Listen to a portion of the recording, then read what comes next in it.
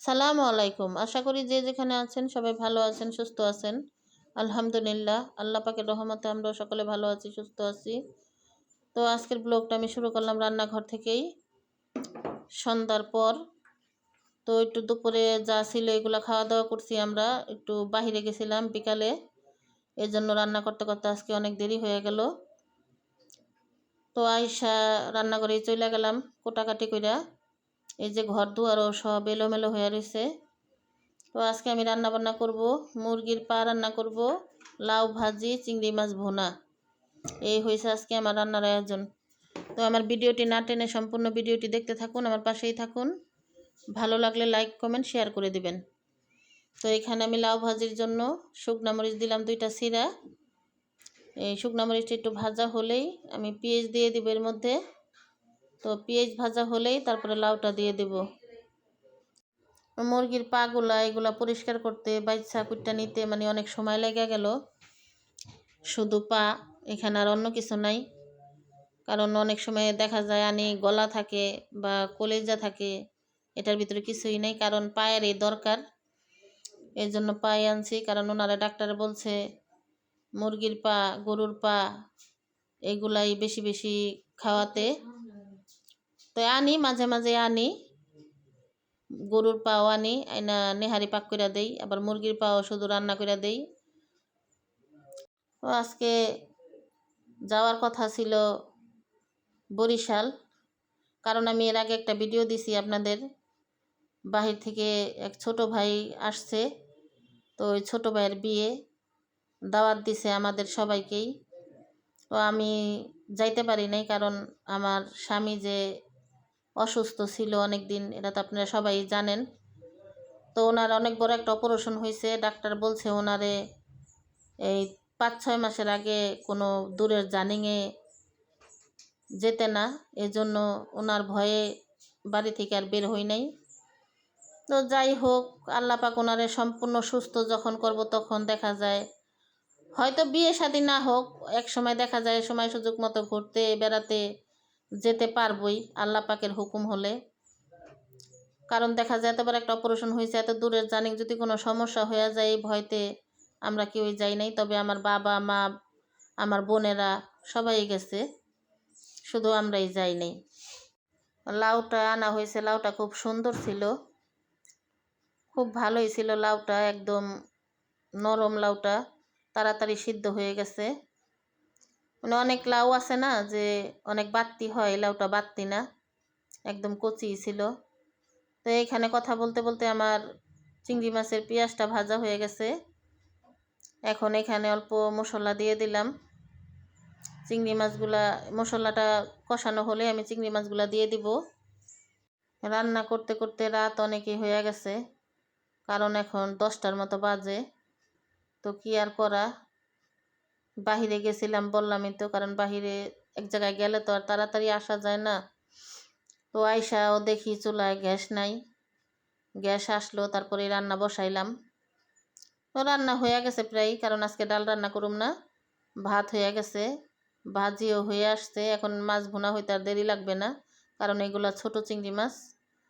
চিংড়ি মাছটা হলেই আমার এই ভাজিটা হলে ওই মুরগির পাগুলা বসাই দেব। ওই পা হতো, কারণ এগুলা পাকিস্তানি মুরগির পা, ওইগুলা হয়তো দেরি লাগবো না। এই তো আমার ভাজিটার ভিতরে এখন আমি ধনিয়া পাতা দিয়ে দিলাম। ধনিয়া পাতা দিয়ে আর একটু লাড়াচাড়া দিয়ে নামায় ফেলবো। আমার এই ভিডিওটা আরও 2 দিন আগের করা, কারণ আমার মোবাইলটা অনেক ডিস্টার্ব দিচ্ছিল, মাঝে মাঝে এরকম হয়, তখন আমি ভিডিও এডিট করতে পারি না। এই কারণে মানে অনেক সমস্যা দেয় মাঝে মাঝে। এই তো ভাজিটা সম্পূর্ণ হয়ে গেছে। আপনারা সবাই আমার ভিডিওর অপেক্ষায়, যারা যারা আমার ভিডিওগুলো ভালোবাসেন, পছন্দ করেন, তারা সবাই অপেক্ষায় ছিলেন। আমি এর জন্য অনেক দুঃখিত। এই তো আমার চিংড়ি মাছ ভুনাটাও প্রায় হওয়া শেষ, রান্না শেষ। এখন এই যে ধনিয়া পাতা দিয়ে দিলাম। এখন আমি এই চিংড়ি মাছগুলো বাড়িতে বেড়ে নিব। তারপরে মুরগির পাগুলো আমি এখানে বসায় দিব।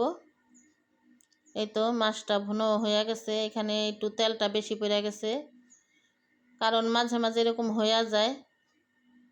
তো এই তেলগুলো আমি রাখবো না, তেলগুলো আমি চামিচ দিয়ে একটু উঠাইয়া ফেলবো, কারণ আমরা এত তেল খাই না, পরিমাণ মতোই খাই, এত তেল খাওয়া সম্ভব না। এখানে এই যে মুরগির পার জন্য পেঁয়াজগুলা দিয়ে দিলাম তেলের মধ্যে, গরম মশলা দিয়ে দিলাম, এখানে পেঁয়াজের মধ্যে আমি একটু লবণ দিয়ে দিলাম। পেঁয়াজটা আমি একটু লাড়াচাড়া দিয়েই আমি এখানে যা যা মশলা লাগে যে দিয়ে দিলাম, হলুদ, মরিচ, ধনিয়ার ফাঁকি। এখন আমি আদা বাটা দিয়ে দিব। তো মশলাটা কষানো হলেই পাগুলো দিয়ে দিব। পেঁয়াজটা আমি বেশি ভাজা ভাজা করি নাই, কারণ নতুন পেঁয়াজ তো এগুলা বেশি ভাজা ভাজা করতে হয় না, আর মাছের তরকারি হলে একটু লাল লাল করতে হয়। তো পেঁয়াজটা আমি হালকা একটু লাড়াচাড়া দিয়ে আমি মশলাগুলো দিয়ে দিলাম। এখন এই তো মশলাটা ভালোভাবে কষানো হলেই আমি পাগুলা দিয়ে দিব। তো আমার মশলাটা কষানো শেষ, এখানে আমি পাগুলি দিয়ে দিলাম। এখানে আবার আমি 2টা নতুন আলু ব্যবহার করছি, কারণ 2টা নতুন আলু দিছি এর জন্য, কারণ এইগুলা তো শুধু পাও আর অন্য কিছু নাই এখানে।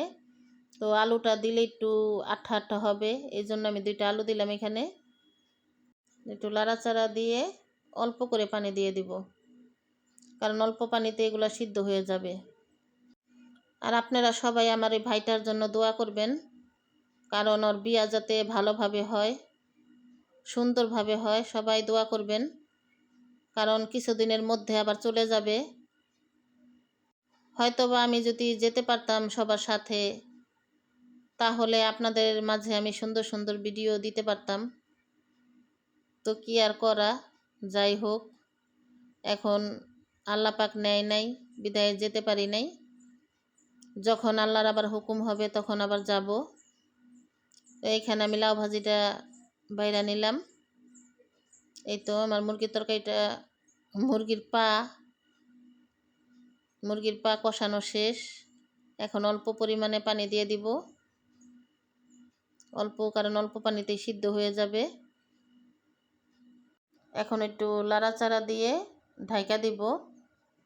ঢাইকা দিলেই একটু বলক আসলেই একটু ঝোল রাখবো এখন, কারণ এখন এগুলো আমরা খাবো না, কালকে আবার জাল দিয়ে একদম শুকনা শুকনা করে ফেলবো। তো এই তো রান্না বান্না শেষ, এখন খাওয়ার জন্য বসলাম। তো এই যে দেখেন আমার চিংড়ি মাছ ভুনাটার তেল আমি সবই উঠায় ফেলছি। এখানে লাউ ভাজি, আর এই যে এখানে বললাম না অল্প অল্প ঝোল রাখুম, এগুলা কালকে শুকিয়ে ফেলবো, কারণ এগুলো এখন আমরা খাবো না। এখানে ভাত বাড়া হয়েছে। আমার স্বামীর শরীরটা একটু ভালো না, একটু খারাপ লাগতেছে, এই জন্য ভাত খাবে না। তো কি আর করা, আমি আর আমার মেয়ে খাওয়া দাওয়া করতে বসলাম। এখন আমরাই খাবো। ওনার একটা ডিম সিদ্ধ করে দেওয়া হয়েছে, দুধও চুলায় বসে রেখেছি, দুধও গরম করে দেব। আমরা এখন খাওয়া দাওয়া করে নেই, কারণ রাত্রের 11টা বাজে গেছে। এখন এত রাত্রে খাওয়াটাও ঠিক না, তারপরেও কিছু করার নাই। অনেক সময় দেখা যায় অনেক ব্যস্ততার মাঝে অনেক কাজকাম দেরি হয়ে যায়। এই তো বিসমিল্লাহ বলে এখন আমরা খাওয়া দাওয়া শুরু করলাম। প্লেটে ভাত বাড়াই রয়েছে। এখন ওনারে আবার দুধ গরম হয়ে গেছে, ওনারে ঢাইলাই যে নিয়ে আসলাম ওনার জন্য, কারণ দুধটা আগেই চুলায় বসানো ছিল। এখন উনি ঘুমায়া পড়ছিল, ডাক দিলাম ঘুমেরতে, কারণ একেবারে খালি পেটে শোয়া ঠিক না, আর অনেকগুলো ওষুধ খায়, অনেক পাওয়ারের ওষুধ খায়। তো এই তো দুধগুলা খাচ্ছে। তো এটা হলো পরের দিন সকালে, এই যে মুরগির পাগুলা যে রান্না করছিলাম কালকে রাতে, এই যেগুলো একদম ভাজা ভাজা করে ফেলছি, কারণ ওই টাইমে ঝোল রাখছিলাম, কারণ পরের দিন যাতে শুকায় ফেলতে পারে, অনেক রাত হয়ে গেছে এই জন্য। তো এখন এই যেগুলা দিয়ে নাস্তা করতেছে।